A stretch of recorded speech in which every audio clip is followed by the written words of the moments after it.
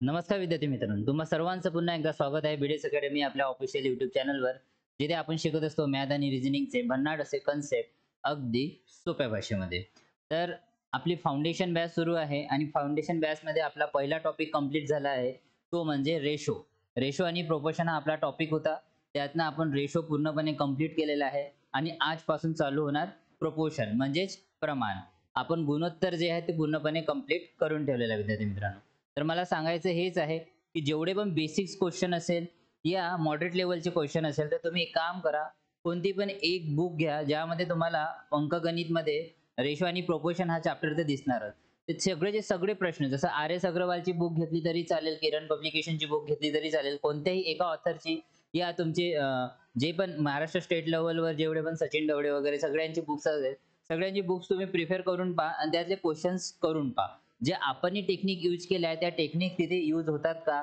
तिथे तुमच्यानी तो problem solve होतो की नाही होत? ठीक आहे. हे सगळं म्हणजे प्रॉब्लेम सॉल्व्ह करण्याची तुम्ही काय करा, एक प्रकारची प्रॅक्टिस करा आणि जो पण प्रॉब्लेम तुमच्यानी बनणार नाही किंवा ज्या प्रॉब्लेममध्ये तुम्हाला अडथळा येत आहे, तर ते तुम्ही कमेंट्स बॉक्समध्ये तो प्रॉब्लेम लिहू शकता या मला पाठवू शकता. आपण त्याला आपले जेव्हा डाउट सेशन होणार, रेशो आणि प्रोपोर्शन दोन्ही मिळून आपण डाउट सेशन घेऊ.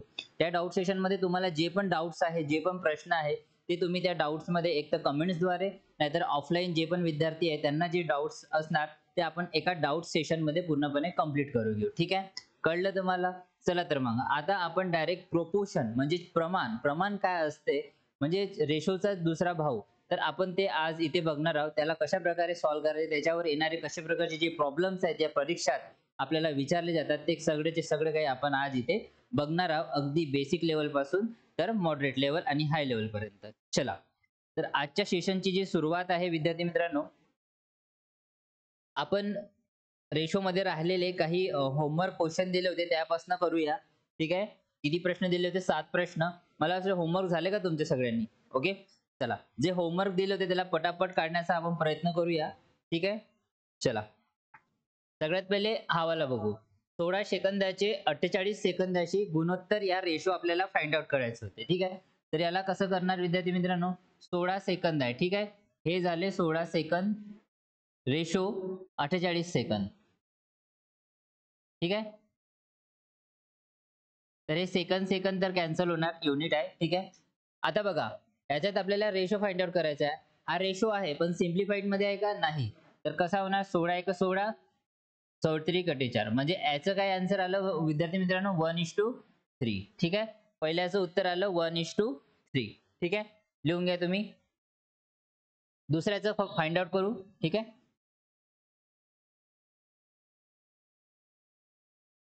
चला. आता इकडे लक्ष द्या. 2 लिटरचे 50 मिलीलीटर सोबत आपल्याला रेशो फाइंड आउट करायचा आहे. काय? 2 लिटर.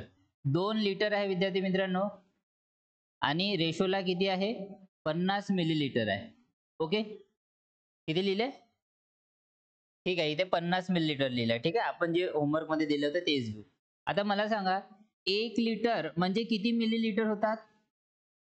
1 लिटर म्हणजे किती मिलीलीटर होतात? 1000. किती? 1000 मिलीलीटर. तर इथे किती आहे? 2 लिटर. तर किती होणार? 2000 मिलीलीटर. ठीक आहे. Ratio 50 millilitre. मिलीलीटर, मिलीलीटर काय होणार? कॅन्सल होणार. हा शून्य कॅन्सल होणार. तर 5 एक 5, 5 चोक 20 म्हणजे किती? 40 टाइम जाणार. म्हणजे याचा रेशो किती निघणार? 40:1 म्हणजे 40 सोबत 1 हा त्याचा काय निघणार? गुणोत्तर निघणार. 200 ला जर 5 ने भाग दिला तर 40 येतात. ठीक आहे. ओके. हा प्रश्न समजला. चला पुढच्या प्रश्नावर जाऊया. पुढच्या होमवर्कचा प्रश्न काय होता तो बघूया.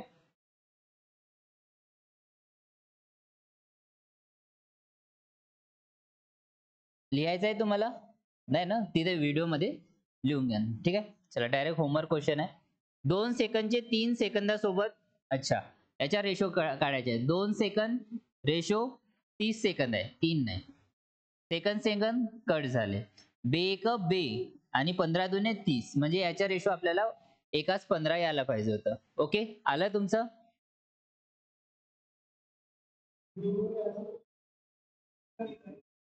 सेकंद आणि सेकंद आहे. कुठे प्रॉब्लेम आहे तुम्हाला? हा, 2 4 बे 1 बे 15 दूने 30 1:15 आहे की नाही. 2च्या फाड्याने भाग चालला ना, बे 1 बे आणि 15 दूने 30 म्हणून रेशो आला 1:15. ओके, चला 30 सेकंद आहे, 30 सेकंद. अच्छा, बरोबर लिहिला नसेल तू. चला, आता याकडे लक्ष द्या. 30 सेकंदाचे एका मिनिटासोबत किती सेकंद आहे विद्यार्थी मित्रांनो? 30 सेकंद. रेशोला किती आहे? 1 मिनिट. ठीक आहे. आता मला सांगा, 1 मिनिट म्हणजे किती सेकंद? 60 सेकंद. बघा, आपल्याला काय करणं पडतं रेशोमध्ये, जे आहे ना आपलं युनिट जे आहे ते सारखं करणं पडतं. एक तर मिनिट मिनिट बनवा, नाहीतर सेकंद सेकंद बनवा. आपल्याला सेकंद बनवणं खूप इझी आहे. जर मिनिट बनवलं असतं तर डिवायडेड बाय 60 केलं असतं. ठीक आहे. ओके, इथे चला आता 1 मिनिट म्हणजे 60 सेकंद. तर हे किती झाले? 30 आणि हे किती झाले? 60. हा शून्य गेला. 3 1 3 3 2 6. याचा रेशो 1:2 यायला पाहिजे होतं. ओके, चला समोर जाऊया. पुढचा होमवर्क क्वेश्चन बघा.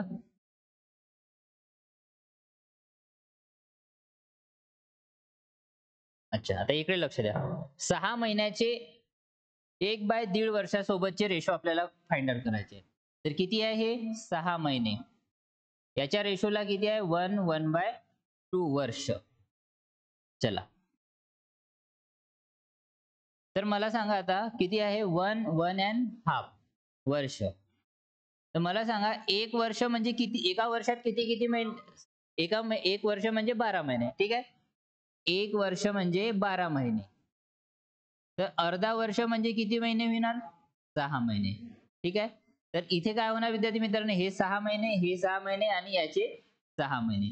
म्हणजेच 1/2 वर्ष म्हणजे किती झाले विद्यार्थी मित्रांनो? 18 महिने. किती झाले? 6 1 6 96 12 37 18. कळलं का हे? एक वर्ष म्हणजे 12 महिने आणि अर्धा वर्ष म्हणजे 6 महिने. म्हणून 1/2 वर्ष म्हणजे 18 महिने. तर इथे किती येणार विद्यार्थी मित्रांनो? हे 6 महिने आणि हे 18 महिने. दीड वर्षाला आपण 18 महिन्यामध्ये काय केलं? कन्व्हर्ट केलं. हे महिने महिने कॅन्सल होणार. 6 1 6 96 12 आणि 37 18. तर याचा रेशो 1:3 यायला पाहिजे होता. 1:3 यायला पाहिजे होतं. येत आहे? हा, 6 6. हा, हे कसे आले? बघ, एका वर्षात किती महिने असते? आणि अर्ध्या वर्षात मग 6 महिने म्हणजे 12 आणि अर्ध्या वर्षात किती झाले? 6 महिने. तर हा किती वर्ष आहे? हा अर्धा वर्ष आहे ना, म्हणून 6 महिने आणि हा पूर्ण कंप्लीट 1 वर्ष आहे. बघा, याला पुन्हा कसं लिहिता येणार? 1 + 1/2. आता एका वर्षात किती महिने येते? 12 महिने. तर इथे 12 लिहू शकू. अर्ध्या वर्षात किती महिने येते? तर 6 लिहू शकू. दोघांची ऍडिशन केली तर किती मिळणार? 18. 18 महिने ती इथे लिहिलंय. ओके, त्यांचा रेशो काय निघणार? 1:3. ओके, चला याला स्क्रीनशॉट घेऊन घेऊया.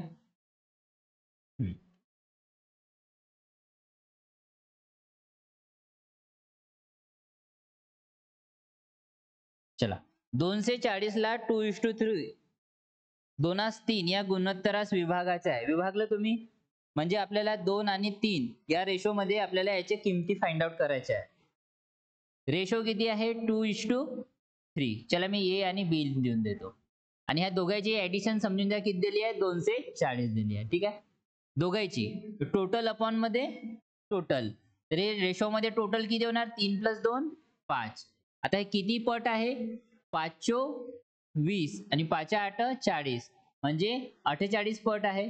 जर नाही समजलं असेल तर 240 असं करून घ्यायचं. 240 भागीला 5 किती येणार? 48. 5 20.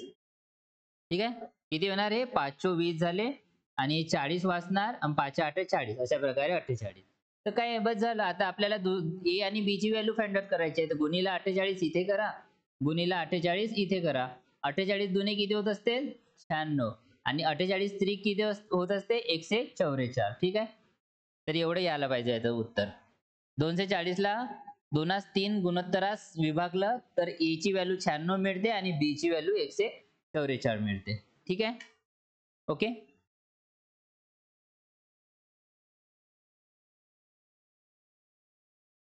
चला समोर जाऊया.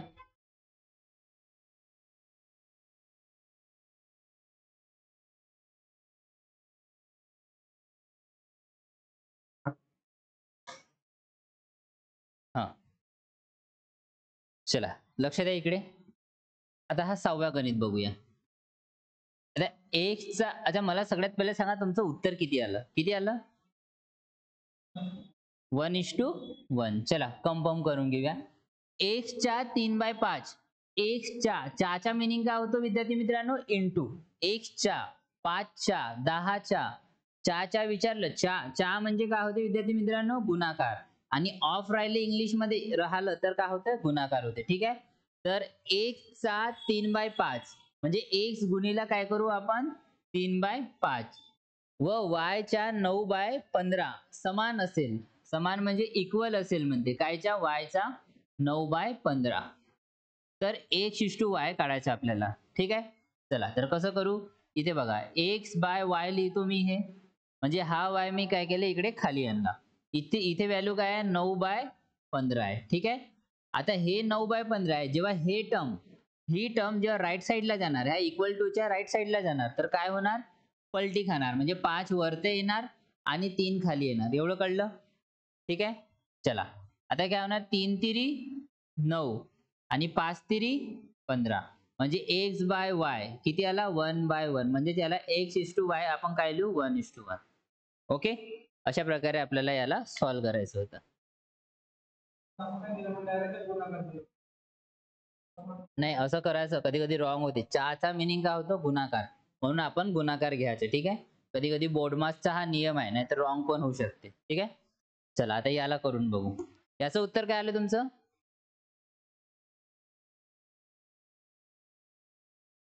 y 8 आहे का? y 15 आहे आणि x x 8 आहे. चला विद्यार्थ्यांचं उत्तर एवढं. याला कंपेअर करून बघूया एवढं येते का तर. ठीक आहे. आता इथे मिनिंग वेगळं आहे विद्यार्थी मित्रांनो. इथे मिनिंग वेगळं आहे. x इजिकल टू किती आहे? 5/6 आहे आणि y इजिकल टू किती आहे? 25/16 आहे. इथे मिनिंग वेगळा आहे. इथे x चा होता. ठीक आहे. इथे डायरेक्ट x इजिकल टू दिलेला आहे. x चा नाही दिलेला आहे. डायरेक्ट x ची व्हॅल्यू दिली आहे, y ची व्हॅल्यू दिली आहे. इथे x चा 3/5. x चा म्हटलं तर मधात गुणाकार येत होता. चला रेशो सारखं पुट करू. y आणि x. y चा रेशो किती आहे विद्यार्थी मित्रांनो? 25/16. x चा रेशो किती आहे? x ची व्हॅल्यू आहे 5/6. ओके. चला समान टर्म काटून टाका. 5 1 5, 5 5 25. वरचे कट होत आहे. ठीक आहे. 3 दुने, अच्छा 2 त्रिक 6 आणि 2 आठी 16. आता कटणारं काही आहे का? नाही. तर 3 5 15 आणि 8 1 8. म्हणजे y ची व्हॅल्यू 15 यायला पाहिजे, x ची व्हॅल्यू 8 यायला पाहिजे. म्हणजे उत्तर बरोबर आहे. ठीक आहे. जे विद्यार्थ्यांनी उत्तर काढलं ते अगदी बरोबर काढलं. ओके. चला लिहून घ्या याला.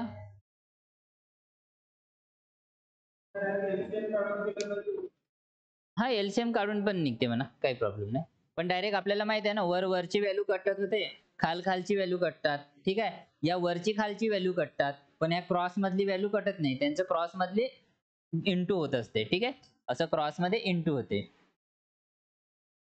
चला तर हे होते आपले कालचे होमवर्कचे क्वेश्चन, जे आपण एक पूर्णपणे कंप्लीट केलेले आहे. ठीक आहे. चला तर मग आज आपण डायरेक्ट प्रोपोर्शन पासून आपल्या चॅप्टरची सुरुवात करूया.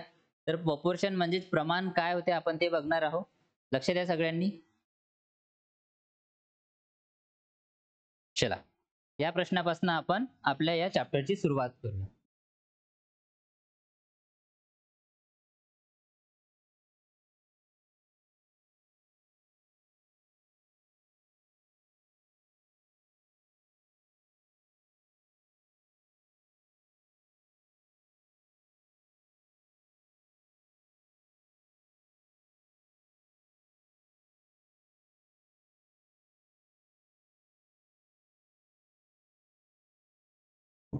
चला अच्छा मला सांगा, सगळ्यात पहिले रेशो म्हणजे काय होते आपण शिकलो.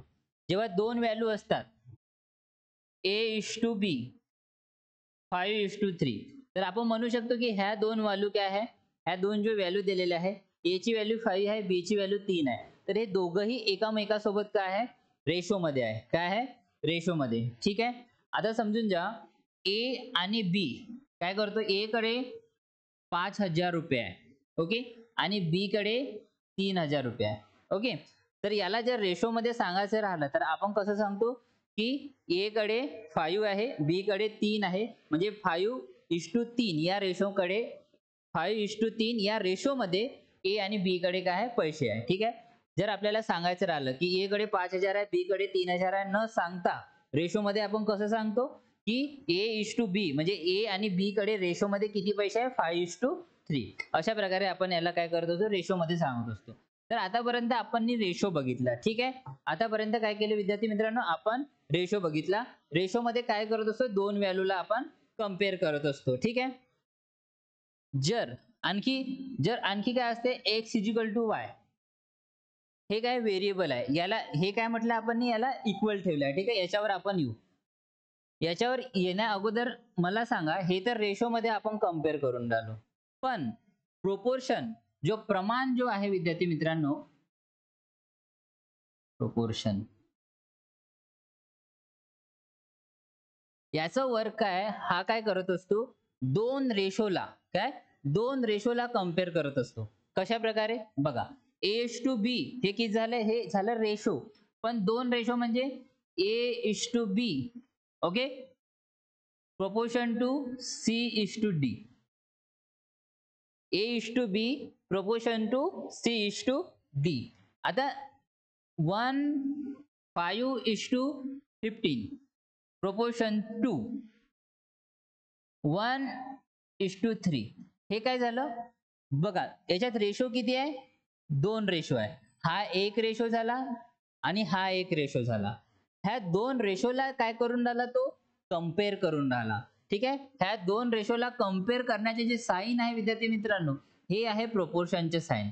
कशाचे साइन आहे, हे म्हणजे प्रमाणचं साइन आहे. ओके, लक्षात द्या. हा झाला एक सिंगल रेशो, याच्यात दोन व्यक्ती कम्पेअर होऊन राहिले. हा प्रोपोर्शन काय करतो, प्रमाण काय करतो, जेव्हा दोन रेशो असतो त्या दोन रेशोला काय करतो, कम्पेअर करतो. ठीक आहे. यांची तुलना करतो. ठीक आहे. याची काय करतो, तुलना करतो. म्हणजेच आपण म्हणू शकतो 5, 15, 1 आणि 3 हे काय प्रमाणात आहे. इंग्लिश मध्ये जर म्हटलं जाणार, 5, 15, 1 and 3 are in proportion. 5, 15, 1 and 3 are in proportion. ठीक आहे. या 5, 15, 1 आणि 3 हे प्रमाणात आहे. ठीक आहे. याला काय म्हणू, प्रमाणात आहे म्हणून. हा झाला रेशोचा पार्ट. हा काय झाला विद्यार्थी मित्रांनो, रेशो, ज्या दोन व्यक्तीला आपण कम्पेअर करतो. आणि हा कशाचा झाला विद्यार्थी मित्रांनो, प्रोपोर्शनचा पार्ट. याच्यात दोन रेशोला कम्पेअर करतो आपण. काय करतो, दोन रेशोला कम्पेअर करतो. दोन रेशोला कम्पेअर म्हणजे तुलना करतो. ठीक आहे. ओके, एवढं कळलं. चला एवढं लिहून घ्या, सध्या एवढं लिहून घ्या तुम्ही आपल्या बुक मध्ये.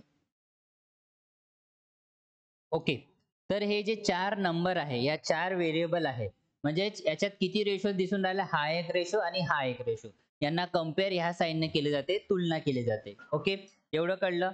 पण लक्ष द्या विद्यार्थ्यांनो, जर हा असा असला, A:B = C:D, तर याला आपण प्रोपोर्शन मध्ये असं म्हणू शकतो का, 5, 15, 1 आणि 3 A, B, C आणि D हे प्रोपोर्शन मध्ये असं म्हणू शकतो का, याला म्हणू शकतो का, याला नाही म्हणू शकत. ठीक आहे.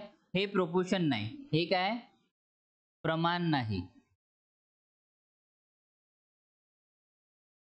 प्रमाण नाही. याच्यात दोन रेशो इक्वेट होऊन राहिले, हे बरोबर आहे. म्हणजे हा रेशो याच्या इक्वल टू आहे, आपण म्हणू शकतो हा रेशो याच्या इक्वल टू आहे, पण हे प्रोपोर्शन नाही. प्रोपोर्शनचं काय असते, आपल्याला हा साइन पाहिजे. जेव्हा हा साइन दोन रेशोच्या मधात असेल तेव्हाच त्याला आपण प्रोपोर्शन म्हणू, म्हणजे तुलना, प्रमाण म्हणू. ठीक आहे. तर हा प्रोपोर्शन या प्रमाण नाही विद्यार्थी मित्रांनो. पण लक्षात घ्या, लक्षात द्या इकडे, जर हा असा असला फ्रॅक्शन मध्ये असला a/b equal to c/d, a/b equal to काय होणार c/d.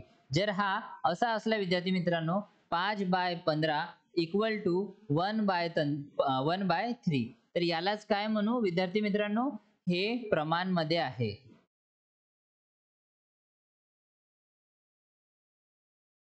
ठीक आहे, हे काय प्रोपोर्शन मध्ये आहे.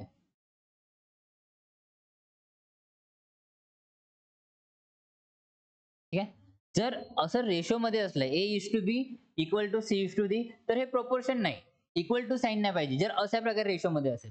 पण हे अशा प्रकारचे फ्रॅक्शन व्हॅल्यू मध्ये असेल a/b c/d, तर आर इन प्रोपोर्शन.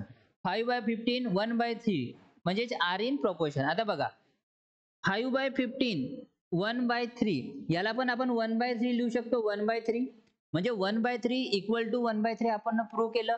म्हणजेच म्हणू शकतो की 5, 15, 1 आणि 3 हे काय प्रोपोर्शन मध्ये आहे. यालाच आपण म्हणू शकतो विद्यार्थी मित्रांनो. ठीक आहे, पण हे 5:15 इक्वल टू 1:3, तर हे प्रोपोर्शन नाही. ठीक आहे, हे काय होणार विद्यार्थी मित्रांनो, हे प्रोपोर्शन नाही. तर प्रोपोर्शन कोणतं तुम्हाला समजलं, जेव्हा त्यांच्या मधात अशा साईन राहणार तेव्हाच ते काय होणार प्रमाण मध्ये असण्याच्या नियम मध्ये फॉलो होणार. या ते फ्रॅक्शन मध्ये राहणार आणि जेव्हा इक्वल टू च्या साईन मध्ये राहणार तेव्हा ते प्रोपोर्शन मध्ये असणार. परंतु दोन रेशो मध्ये इक्वल टू च्या साईन आला तर ते प्रोपोर्शन या प्रमाण मध्ये राहणार नाही. आणि प्रमाण काय म्हणते विद्यार्थी मित्रांनो, जर इकडे 1/3 आहे तर इकडे यांचा पण रेशो काय पाहिजे 1/3 पाहिजे. ओके, जरी हे 5/15 आहे पण यांना कट केल्यानंतर 1/3 मिळत आहे ना, तर मग हे पण काय होणार 1/3 अपॉन 1/3, म्हणजे हे काय एक प्रोपोर्शन मध्ये आहे. ठीक आहे, चला लिहून घ्या. आता यानंतर आपण प्रॉब्लेम बघूया. एवढं लिहून घ्या विद्यार्थी मित्रांनो.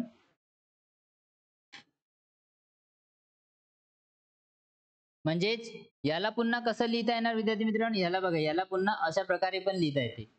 AD इक्वल टू BC, म्हणजेच A गुणिला D इक्वल टू B गुणिला C. ठीक आहे, याला अशा प्रकारे पण लिहिता येते. ठीक आहे, याला काय केलं ते क्रॉस केलाय, A गुणिला D B गुणिला C. ठीक आहे, ओके, चला हा एवढा टर्म लिहून टाका. आता डायरेक्ट आपण प्रॉब्लेमवर जाऊया आणि प्रॉब्लेम सॉल्व्ह करूया. ठीक आहे, समजलं ना सगळ्यांना. ओके, रेशो आणि प्रोपोर्शन मधला फरक कळला ना तुम्हाला. इथे आपण काय करतो इक्वेट करत असतो. ठीक आहे, तुलना करत असतो.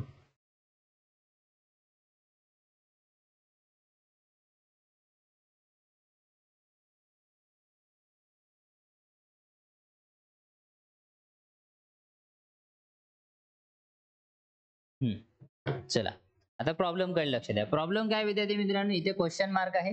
पहिला प्रॉब्लेम बघा पीडीएफ मध्ये, हा 4 आहे. प्रोपोर्शन म्हणजे प्रमाण कशामध्ये आहे 48:16.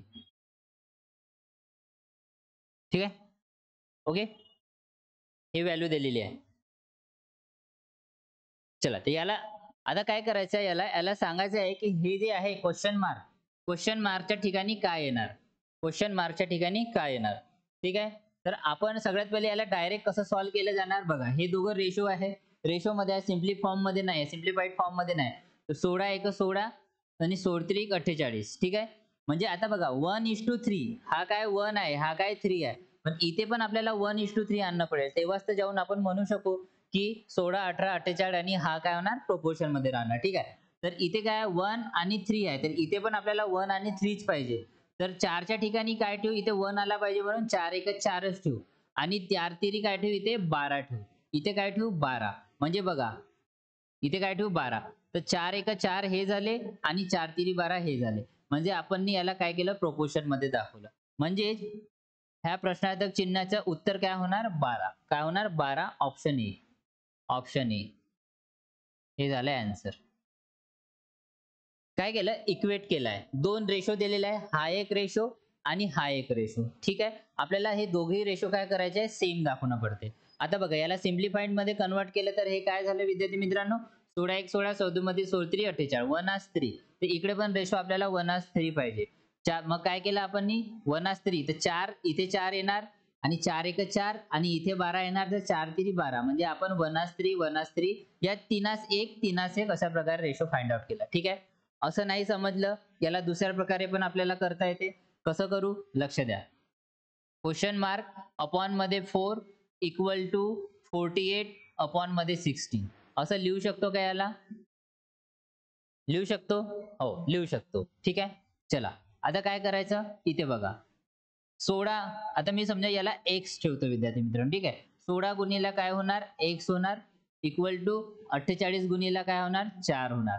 तर x इक्वल टू काय होणार विद्यार्थी मित्रांनो 48 गुणिले 4 भागीला किती होणार हे 16. आता x इक्वल टू काय होणार 16 1 16 14 मध्ये 16 48 आणि 3 चौक काय होणार 12. x ची व्हॅल्यू काढली 12. ठीक आहे. बघा याला कॅल्क्युलेट करायला x च्या मेथडनी थोडा कधी पण वेळच लागतो आणि हे कन्सेप्च्युअल मेथड 16 1 16 16 3 48 त्या प्रकारे 4 1 4 4 3 12. ठीक आहे. तुम्ही नंबर ऑफ प्रॉब्लेम सॉल्व्ह करणार तुम्हाला आपोआप यायला लागणार. ठीक आहे. चला लिहून घ्या हा प्रॉब्लेम. चला आणखी एक गोष्ट इथे लक्षात घ्या.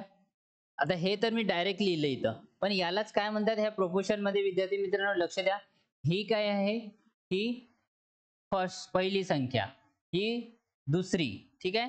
ही दुसरी संख्या हे तिसरी संख्या आणि यालाच काय म्हणतात विद्यार्थी मित्रांनो ही चौथी संख्या. ठीक आहे.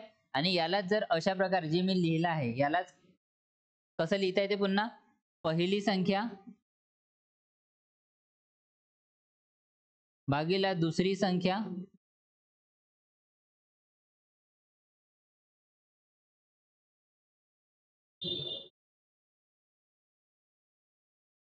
ठीक आहे इक्वल टू तिसरी संख्या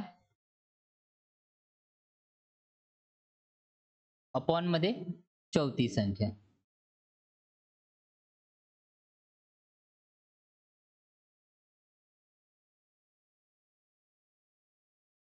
ठीक आहे. ओके.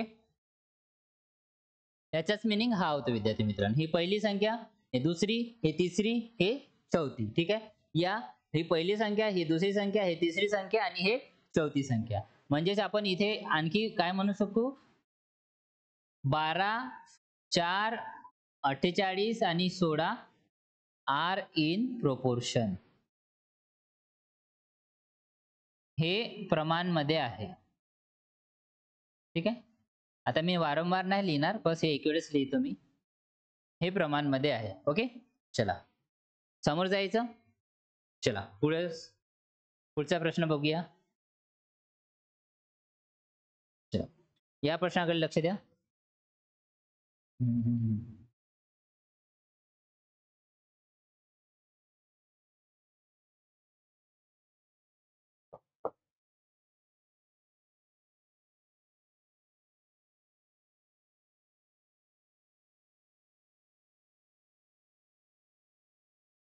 चला आता प्रश्न असा आहे विद्यार्थी मित्रांनो लक्ष द्या. ही पहिली संख्या 1/4 च्या रेशोला 1/8 प्रोपोर्शन टू 1/3 आणि आपल्याला ही चौथी संख्या आपल्याला फाइंड आउट करायची आहे. ही पहिली संख्या हे दुसरी हे तिसरी आणि हे चौथी. हा फर्स्ट प्रोपोर्शन हा सेकंड प्रोपोर्शन हा थर्ड प्रोपोर्शन आणि हा फोर्थ प्रोपोर्शन इंग्लिश मध्ये. हे पहिली संख्या दुसरी संख्या तिसरी संख्या आणि चौथी संख्या. तर इथे आपल्याला काय काढायचं आहे चौथी संख्या काढायची आहे. ठीक आहे. आता बघा इथे डायरेक्ट आपण खालून टर्मला पण कट करू शकतो. कसं ठीक आहे. बघा हे 1/4 आहे 1/8 आहे प्रोपोर्शन टू 1/3 आहे. ठीक आहे. हे रेशो मध्ये आहे. आपल्याला x फाइंड आउट करायचा आहे. इथे डायरेक्ट आपण असं पण करू शकतो. कसं 4 1 4 4 2 8. तर इथे पण आपण तशाच प्रकारे करू शकतो. 3 1 3 3 2 6. तर 6 येण्यासाठी इथे आपण 1 च्या जागी काय लिहू 1/6. तर उत्तर काय आलं पाहिजे 1/6. असं बी आपण इथे करू शकतो. बघा खालच्या टर्मला कट केलं 4 1 4 4 2 8 3 1 3 3 2 6. जर असं नाही समजलं तर हे 8 आता याला क्रॉस करायचं. ठीक आहे. हे 8 इकडे घेऊन जा हे 4 इकडे घेऊन जा. ठीक आहे. हे 3 इकडे घेऊन जा आणि हा x काय येणार इथे येणार. ठीक आहे. चला याला सॉल्व्ह करा 4 1 4 4 2 8.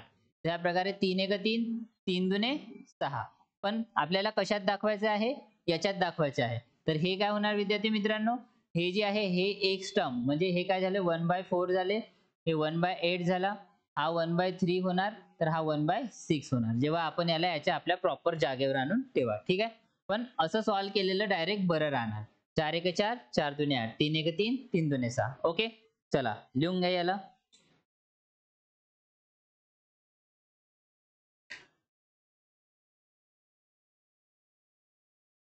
पुढचा प्रश्न बघूया विद्यार्थ्यांनो, लक्ष द्या इकडे. या प्रश्नाकडे लक्ष द्या.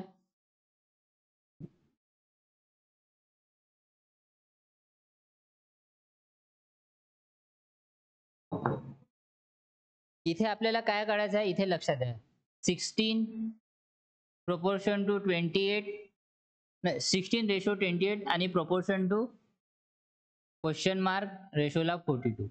तर आपल्याला इथे कोणता प्रोपोर्शन काढायचा आहे, इथे कोणता प्रमाण काढायचा आहे, कितव्या नंबरचा प्रमाण काढायचा आहे. हा पहिल्या नंबरचा, हा दुसऱ्या नंबरचा, हा तिसऱ्या नंबरचा, हा चौथ्या नंबरचा. तर इथे आपल्याला कोणता काढायचा आहे, तिसऱ्या नंबरचा. ठीक आहे, ओके. तर इथे आपण काय करत असतो नेहमी, ठीक आहे, ओके. एक मिनिट थांबा का. चला लक्ष द्या, इथे याला आपण नेहमी दोन वेनी सॉल्व करतो. हा फर्स्ट प्रोपोर्शन, हा सेकंड प्रोपोर्शन, हा थर्ड प्रोपोर्शन आणि हा फोर्थ प्रोपोर्शन. ठीक आहे, एक्स व्हॅल्यू मेथड तर सगळ्यांना माहीतच आहे. कशा प्रकारे करू, हा पहिली संख्या अपॉन मध्ये दुसरी संख्या इक्वल टू हे तिसरी संख्या अपॉन मध्ये चौथी संख्या. ठीक आहे, एक्स इक्वल टू काय होणार, 16 गुणिला 42 अपॉन मध्ये काय होणार विद्यार्थी मित्रांनो, 28. इथून आपल्याला एक्स ची व्हॅल्यू मिळणार. ठीक आहे, हा तर एक्स मेथडनी तुम्ही सॉल्व्ह करू शकता, जनरली सगळे करते. पण आपण एक्स मेथडनी न करता आपल्याला फाडे सगळे काय लक्षात आहे, तर फाड्याच्या भरोश्यावर आपण हा सगळा प्रॉब्लेम हा प्रॉब्लेम आपण सॉल्व्ह करू शकतो. बघा कशा प्रकारे सॉल्व्ह करू शकतो, लक्ष द्या आता इकडे. आता इथे रेशो बघा, इथे 16 आहे आणि इथे 28 आहे. प्रॉब्लेम मध्ये ऑप्शन पण दिलाय विद्यार्थी मित्रांनो. ठीक आहे, तर मला सांगा याच्यात 4चा भाग जातो दोघीमध्ये, 4 चोक 16. ओके, आणि 4 साठी 28. 4:7 इथे आहे विद्यार्थी मित्रांनो. इथे पण आपल्याला काय पाहिजे, 4:7 पाहिजे. आता मी 42 ला कोणत्या संख्येने भाग देऊ की इथे 7 मिळणार मला, साइन साठी 42. तर मी इथे साइन साठी 42 म्हणजे मी इथे 6 ने भाग देऊ शकतो. तर साइन साठी इथे काय होणार 42. आता हा साइन साठी 42 झाले, तर इथे आपल्याला काय पाहिजे, 4 पाहिजे. तर 6 नेच आपल्याला भाग देणं पडेल. 6 चोक 24, 6 चोक किती होणार 24. तर इथे काय लिहू आपण, म्हणजे उत्तर तर आपल्या विद्यार्थी मित्रांनो 24 आलं, पण रेशो काय होणार, म्हणजे रेशो मध्ये काय येणार 4. म्हणजे आपण इथे म्हणू शकू 4:7 इक्वल टू 4/7 इक्वल टू 4/7. कारण आपण इथे प्रूव्ह करून दाखवलं. यालाच असं बी लिहिता येते 4:7 प्रोपोर्शन टू 4:7. जर इथे पण आपण सॉल्व्ह केलं तर आपल्याला x ची व्हॅल्यू किती मिळणार विद्यार्थी मित्रांनो, 24 मिळणार. ठीक आहे, अशा प्रकारे आपल्याला या प्रश्नाला सॉल्व्ह करायचं होतं. कोणाला काही कन्फ्युजन, काही डाऊट नाही ना. चला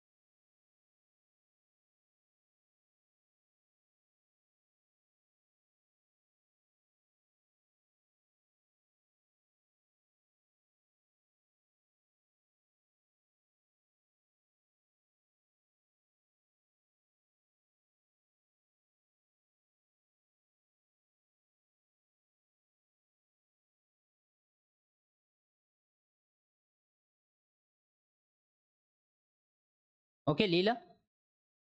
चला इकडे, हॅलो,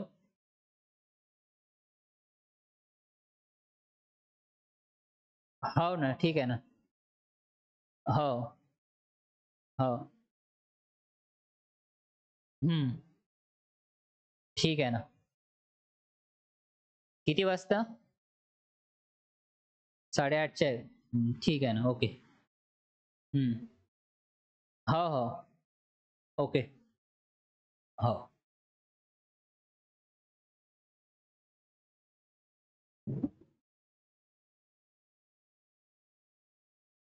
हॅलो. नाही, नाही, नाही. मूर्ती त्या दिवशी तर केलतीच. आता पुन्हा पाणी मारून साफ करून घेतो. हो, हो. ठीक आहे ना.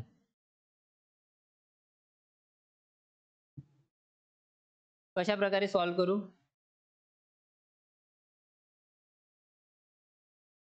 हं? कसं? हां? बीच्या ठिकाणी 4 कब्जा मेथड सारखं. बीच्या ठिकाणी 4 मग सीच्या ठिकाणी? सीच्या ठिकाणी पण 4. ओके. Okay, okay.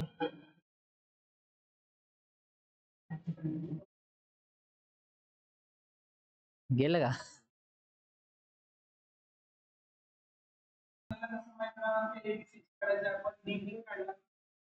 काय म्हटला? हां.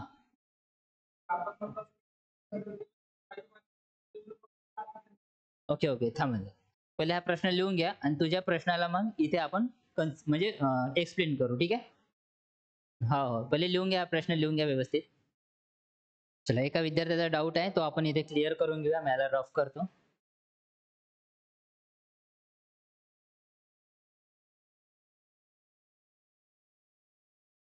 जसे हे 5 नंबर आहे. 1, 2, 3. 1, 2 आणि 3. हां. बोल आता.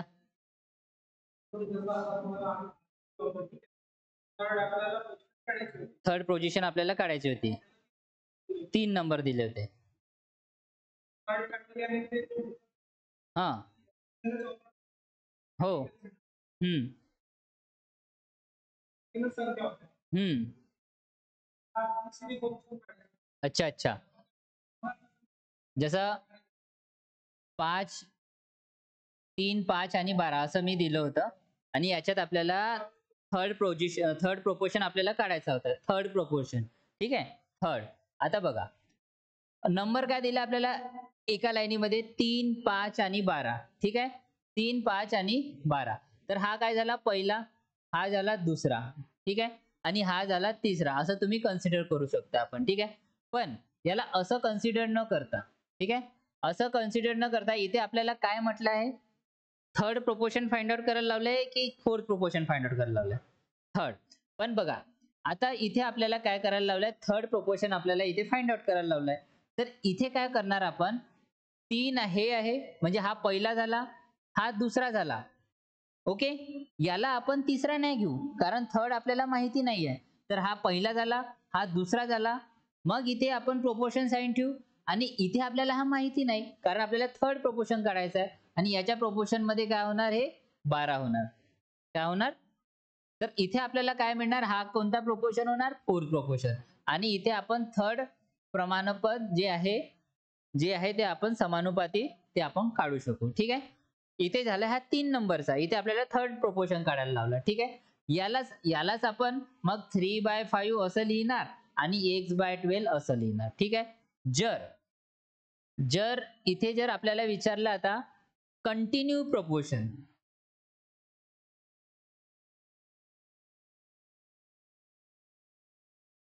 कंटिन्यू प्रोपोर्शन विचारलं. ठीक आहे? तर ह्या कंडिशनमध्ये आता कंटिन्यू प्रोपोर्शनमध्ये आपल्याकडे किती? 4 आणि 8 ह्या 2 संख्या आहेत आणि याच्यात आपल्याला फर्स्ट प्रोपोर्शन फाइंड आउट करायचं आहे. कंटिन्यू प्रोपोर्शनचा. ठीक आहे? कंटिन्यू प्रोपोर्शनमध्ये 4 आणि 8 अशा 2 संख्या आहे आणि आपल्याला फर्स्ट प्रोपोर्शन फाइंड आउट करायचं आहे. तर कंटिन्यू प्रोपोर्शनचा मीनिंग काय होतो? A:B proportion to B:C. तर इथे आपल्याला पहिला नाही माहित. ओके? पण आपल्याला हा जो आहे दुसरा माहित आहे. आता हा दुसरा माहित आहे आणि आपण काय म्हटलंय? Continue proportion. कंटिन्यू प्रोपोर्शनचा मीनिंग काय होतो? दुसऱ्याच संख्याला कंटिन्यू करतो दुसऱ्या रेशोमध्ये. तर ही दुसरी संख्या आहे. इथे आपण आता ही दुसरी संख्या आहे 4. इथे आपण हे 4 लिहिले. Proportion to 4:8. इथे आपल्याला फर्स्ट प्रोपोर्शन मिळाला. ओके? तर अशा प्रकारे आपल्याला इथे ह्या व्हॅल्यू आपल्याला इथे फाइंड आउट करता येते. ठीक आहे. आणि प्रश्नात दिलं बी राहते. तुम्ही जसजसे प्रश्न बघणार ना तुम्हाला समजून जाणार. ठीक आहे. पण कंटिन्यू प्रोपोर्शनचा मीनिंग हा A:B, B:C. पहिली संख्या, दुसरी संख्या, दुसरी संख्या, तिसरी संख्या. ओके. चला.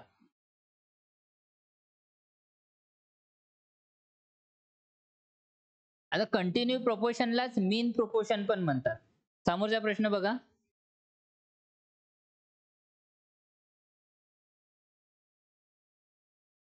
0.4 आणि 0.9 यामधला समानुपाती शोधायचा आहे आपल्याला. Find the mean proportion. Mean proportion.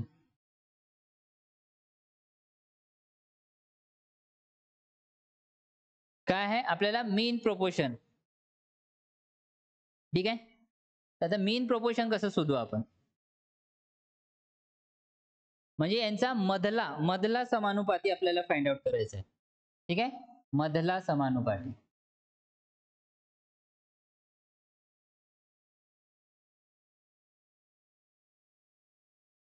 यांचा मधला समानुपाती कोणकोणते नंबर आहे? 0.4 आणि दुसरा कोणता आहे? 0.9.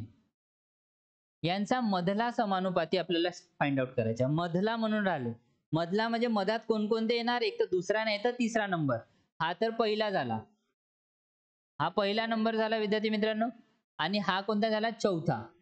आणि याचा मधला समानुपाती आपल्याला फाइंड आउट करायचा. एक तर दुसरा नंबर येणार नाही तर तिसरा नंबर.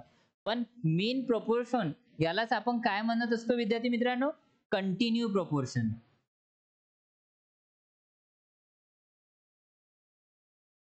आणि कंटिन्यू प्रोपोर्शन काय असतो?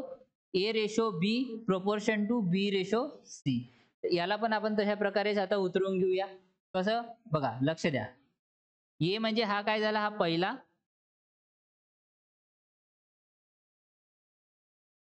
हा दुसरा. याला दुसरा बी म्हणू. याला एक तर चौथा या तिसरा बी म्हणू शकतो आपण. जर आपण अशा लँग्वेज मध्ये जर याला पुट केलं तर. ठीक आहे. पण याला आता आपण कंटिन्यू प्रोपोर्शन मध्ये लिहून घेऊया. आता हा नंबर आपल्याला माहित नाही तर मी याला काय करतो? B ॲज अ कन्सिडर करतो. ठीक आहे. म्हणजेच मी इथे कसं लिहू शकणार? असं लिहू शकणार. A:B proportion to B:C. A ची व्हॅल्यू किती आहे? 0.4 ratio B proportion to B ratio 0.9. समजलं का तुम्हाला? हे झालं मीन प्रोपोर्शन. मधला समानुपाती आपण अशा प्रकारे फाइंड आउट करू शकतो. याला जर अशा प्रकारे पुट केलं 0.4 अपॉन मध्ये B equal to B upon मध्ये 0.9. म्हणजे हे काय होणार विद्यार्थी मित्रांनो? B गुणिला B B स्क्वेअर 0. गुणिला 0.9 म्हणजे B स्क्वेअर काय होणार? 4 गुणिला 9 अपॉन मध्ये 100 लिहू शकतो. म्हणजे हे काय होणार विद्यार्थी मित्रांनो? 9×36 अपॉन मध्ये 100. आता जो याचा स्क्वेअर आहे काढून याला अंडर रूट देऊन टाका. म्हणजे 36 अपॉन मध्ये 100 आहे की नाही? आता 36 म्हणजे 6चा स्क्वेअर किती येतो?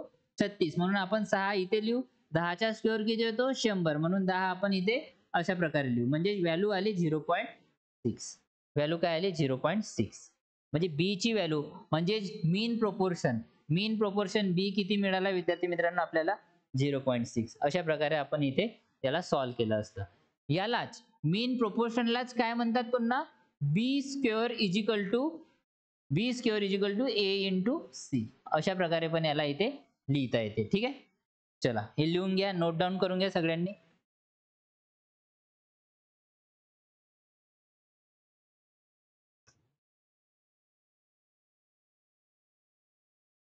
चला लक्ष द्या. हा मधला समानुपाती यालाच मध्यम समानुपाती पण म्हणतात. ठीक आहे. मध्यम समानुपाती. ओके. चला समोर लक्ष द्या. रफ करू याला. चला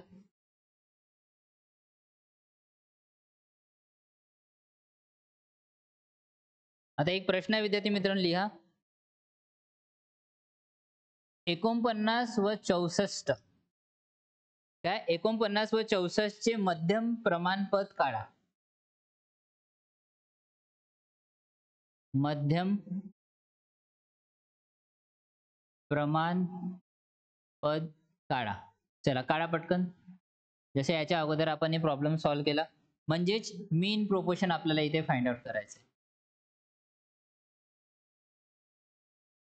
ठीक आहे, मध्यम प्रमाणपद आपल्याला फाइंड आउट करायचं आहे. मीन प्रोपोर्शन आपल्याला इथे काय करायचं आहे, फाइंड आउट करायचं. चला काढा पटकन.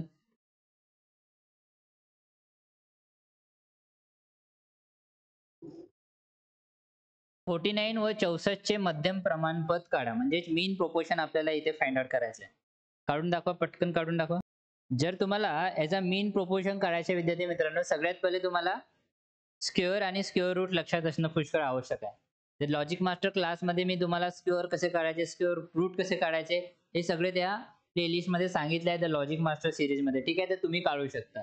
चला आता या प्रश्नाचं उत्तर आपण बघूया. ज्यांना स्क्वेअर आणि स्क्वेअर रूट चांगल्या प्रकारे लक्षात आहे, कसं काढता येते ते पटकन या प्रश्नाचं उत्तर काढू शकता.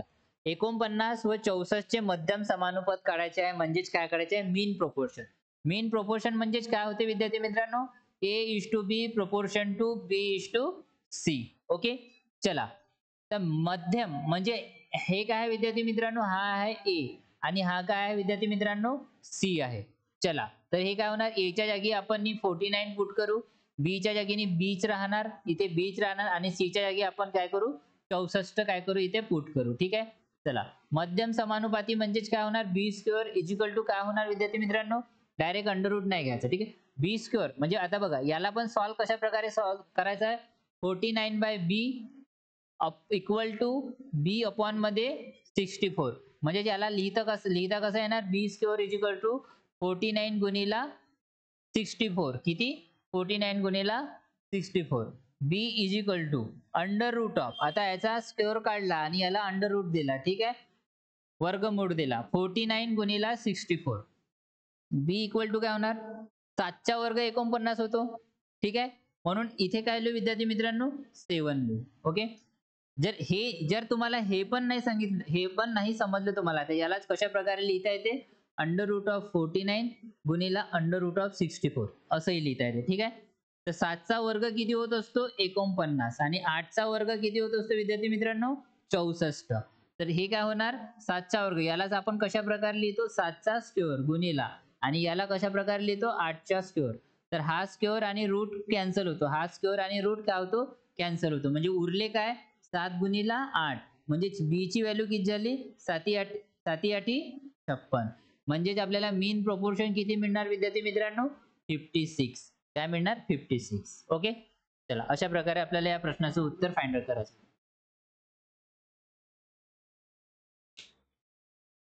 लिहून घ्या सगळ्यांनी. चला तर विद्यार्थी मित्रांनो, हा होता आपण मध्यम प्रमाणपद कसं काढायचं ते आपण आता इथे शिकलेलो आहोत. आणि उद्या जर आपण जे बघणार आहोत विद्यार्थी मित्रांनो, याच्यावरच बेस आपण काही प्रॉब्लेम बघूया. त्याच्यात first proportion, second proportion, third proportion, fifth proportion. ठीक आहे, हे उद्याच्या पार्टमध्ये आपण इथे बघणार आहोत विद्यार्थी मित्रांनो. आणि नंबर ऑफ प्रॉब्लेम्स आपण इथे घेणार आहोत, ज्यामुळे तुमचे डाउट्स पूर्णपणे क्लिअर होतील. ठीक आहे, हे बेसिक लेक्चर होते. ह्या व्हिडिओमध्ये तुमचे डाउट्स मला वाटते 80% म्हणजे 80% तुमचे डाउट जे आहे ते क्लिअर झाले असेल. ज्यांचे कोणाचे 20% बाकी असेल, ते नंबर ऑफ प्रॉब्लेम जेव्हा आपण सॉल्व्ह करू तेव्हा पूर्णपणे कंप्लीट होऊन जाणार आहे. ठीक आहे, तर पुढच्या व्हिडिओमध्ये पण आपण प्रोपोर्शन म्हणजे प्रमाण या चॅप्टरवरच आपण डिस्कस करणार आहोत, पूर्ण प्रॉब्लेम सॉल्व्ह करून घेणार आहोत. ठीक आहे, तर विद्यार्थी मित्रांनो लक्षात द्या, सगळ्यात पहिले हे जे होमवर्क म्हणून मी दिलं आहे तुम्हाला, हे होमवर्क तुम्हाला सॉल्व्ह करणं पुष्कळ जरुरी आहे. ठीक आहे, या होमवर्क सॉल्व्ह केल्यानंतरच तुम्हाला माहिती पडणार की आपण अशा प्रकारच्या प्रॉब्लेम सोबत डील करू शकतो की नाही. पुढच्या प्रॉब्लेम्स मध्ये आपण बघूया की first proportion, second proportion, third proportion आपण एक काढून बघू. त्याच प्रकारे आपण या प्रोपोर्शन मधून कोणती संख्या मायनस केली तर म्हणजे त्या चारही संख्या प्रोपोर्शन येणार, कोणती संख्या प्लस केली तर या चारही संख्या प्रोपोर्शन मध्ये येणार. हे पण प्रॉब्लेम, अशा प्रकारचे प्रॉब्लेम आपण सगळे काही उद्या डिस्कस करणार आहोत. तर जो कोणी नवीन असेल तर प्लीज आपल्या BDS अकॅडमी या चॅनल सोबत कनेक्टेड राहा, नेहमी जॉईंट राहा. ठीक आहे, आपले सेशन दररोज होत असतात, अगदी बेसिक पासून. तुम्हाला जे कोणते डाउट्स येत असेल तर कमेंट बॉक्स मध्ये लिहत चला विद्यार्थी मित्रांनो. ठीक आहे, तर BDS अकॅडमी आपल्या ऑफिशियल युट्यूब चॅनल आहे. BDS अकॅडमी अशाच प्रकारे टेलिग्रामवर पण BDS अकॅडमी आपलं चॅनल आहे. तिथे मी प्रश्नाची PDF जे आहे ते तिथे टाकत असतो आणि त्या प्रश्नाच्या PDF वरून विद्यार्थी प्रश्नाचं उत्तर काढत असतात. ठीक आहे, चला तर मग भेटूया पुढच्या व्हिडिओमध्ये एका नव्या कन्सेप्ट सोबत, प्रोपोर्शन या टॉपिकमध्ये. तोपर्यंत धन्यवाद.